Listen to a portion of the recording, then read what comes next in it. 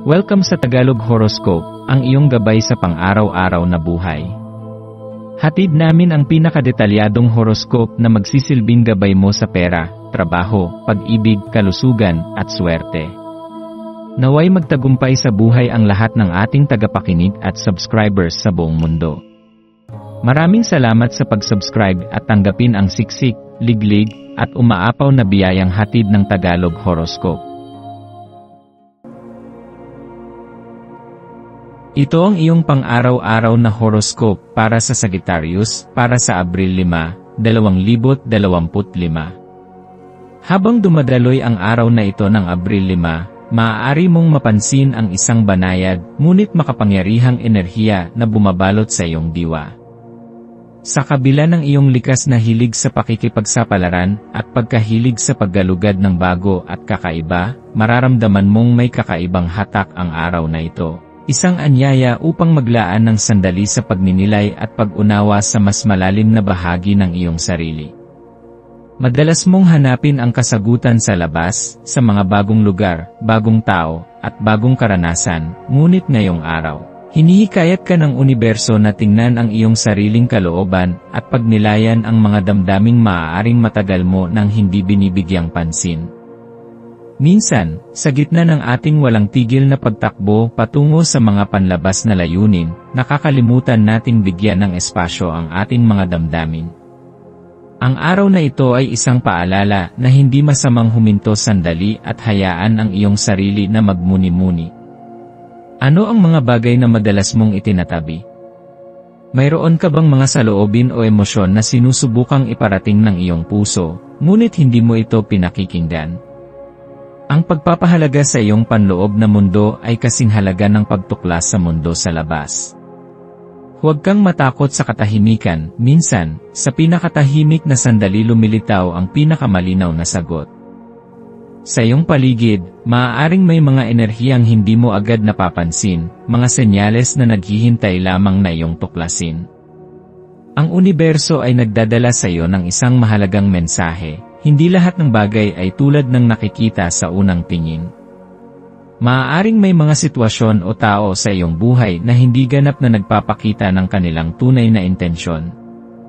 Mahalaga na maging mapanuri at hindi agad maniwala sa lahat ng naririnig o nakikita. Ano ang mga bagay sa iyong buhay na tila may kaunting pag-aalinlangan kang maramdaman? Ano ang mga aspeto ng iyong mga relasyon, trabaho, o pangarap na nangangailangan ng masusing pagsusuri? Ang araw na ito ay isang magandang pagkakataon upang tanungin ang iyong sarili ng mga mahahalagang katanungan. Gayunpaman, hindi ito nangangahulugan na dapat kang mawalan ng tiwala sa paligid mo. Sa halip, gamitin mo ito bilang isang pagkakataon upang palakasin ang iyong intuisyon. Ikaw ay isang taong likas na matalino at may kakayahang maramdaman ang tunay na enerhiya ng isang tao o sitwasyon. Huwag mong baliwalain ang nararamdaman mo. Kung sa tingin mo ay may isang bagay na hindi tama, maaaring totoo ang iyong hinala.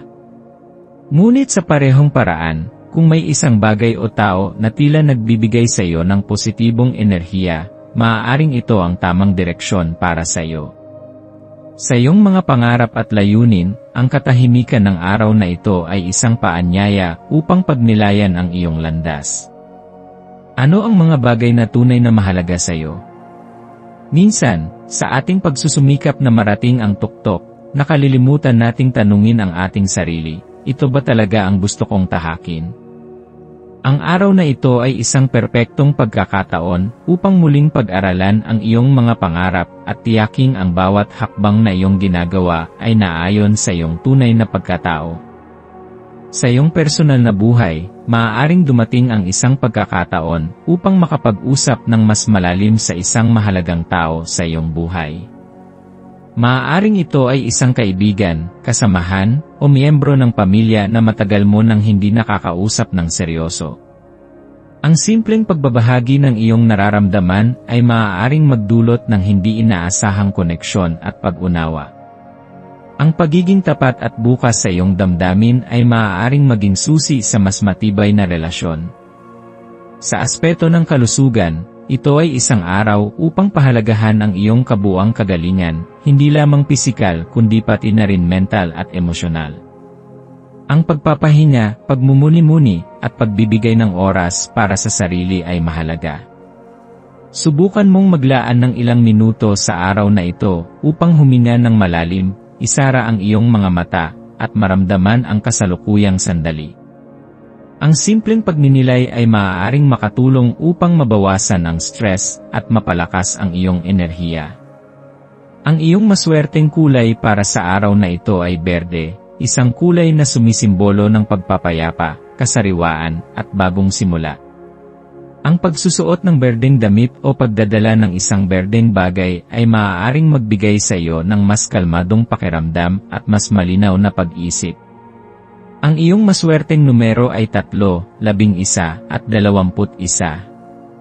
Ang mga numerong ito ay maaaring magdala ng positibong enerhiya at inspirasyon sa iyong araw, kaya't maaaring isaalang-alang ang mga ito sa iyong mga desisyon. Ang maswerteng gawain para sa iyo ngayon ay ang pagsasagawa ng isang tahimik na aktibidad na makakatulong sa iyong panloob na kapayapaan. Maaari itong pagsusulat ng iyong saloobin sa isang journal, paglalakad sa isang tahimik na lugar, o pakikinig ng musika na nagpapagaan sa iyong loob. Ang paggawa ng mga bagay na nagpapalakas sa iyong espiritu ay magdadala sa iyo ng mas malinaw na direksyon at mas matibay na koneksyon sa iyong sarili. Sa pagtatapos ng araw, subukang pagnilayan ang lahat ng iyong naramdaman at natutunan. Ano ang mga bagong bagay na naunawaan mo tungkol sa iyong sarili? Ano ang mga mahalagang aral na dala ng araw na ito? Ang bawat sandali ng introspeksyon ay isang hakbang patungo sa mas malalim na pag-unawa sa sarili at sa mundong ginagalawan mo. Sa kabuuan, ito ay isang araw ng malalim na pagninilay, masusing pagsusuri sa iyong paligid, at muling pagtuklas sa iyong mga pangarap. Yakapin ang enerhiyang ito ng may bukas na puso at isipan, at magtiwala na ang bawat hakbang na iyong ginagawa, gaano man ito kaliit, ay patungo sa mas maliwanag na hinaharap. Magpatuloy sa iyong paglalakbay ng may tapang at pagtitiwala sa sarili.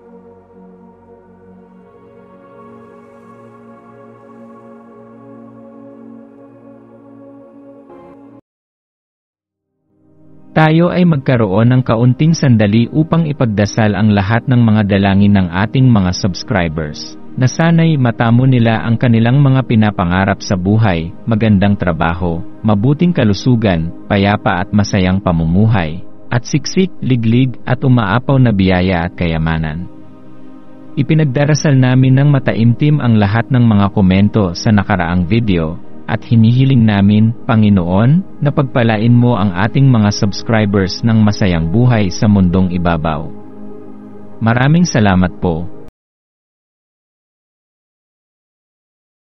Maaari kayong mag-subscribe sa aming channel na Daily Prayer, kung saan nag-a-upload kami ng pang-araw-araw na Catholic Gospel Readings, Reflections, at Daily Rosary Reading para sa lahat ng misteryo ng araw.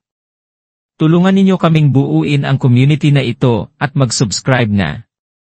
Ang link ay nasa description box. Maraming salamat sa panonood ng iyong horoscope ngayon araw. Naway gabayan ka ng mga bituin sa iyong landas. Huwag kalimutang mag-like, share, at subscribe para sa iba pang cosmic na kaalaman. Hanggang sa muli, manatiling konektado sa universo,